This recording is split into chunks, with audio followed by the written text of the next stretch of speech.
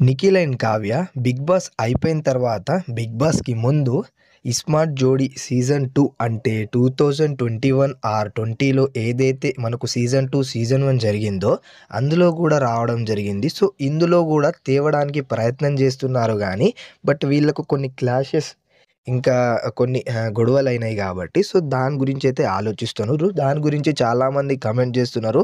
వాళ్ళకేమన్నా పెళ్లయిందా? వాళ్ళేమన్నా జోడీసా? వాళ్ళెందుకొస్తారు 'big Boss' అయిపోయిన తర్వాత 'ఇస్మార్ట్ జోడీ' సీజన్ 3కి అని చాలామంది చాలా రకాలుగా జెప్తున్నారు. బట్ వీళ్ళకి ఏందంటే సార్ట్ ఔటింగ్‌కి కొంచెం టైం గావాలే.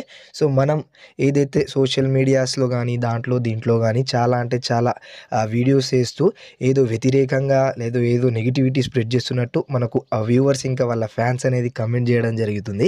సో, దీనికి కూడా ప్రాపర్‌గా ఒక అర్థమయ్యేటట్టు ఒక వీడియో తీసి దానికి మంచి రిప్లై ఇద్దామని అనుకుంటున్నాం.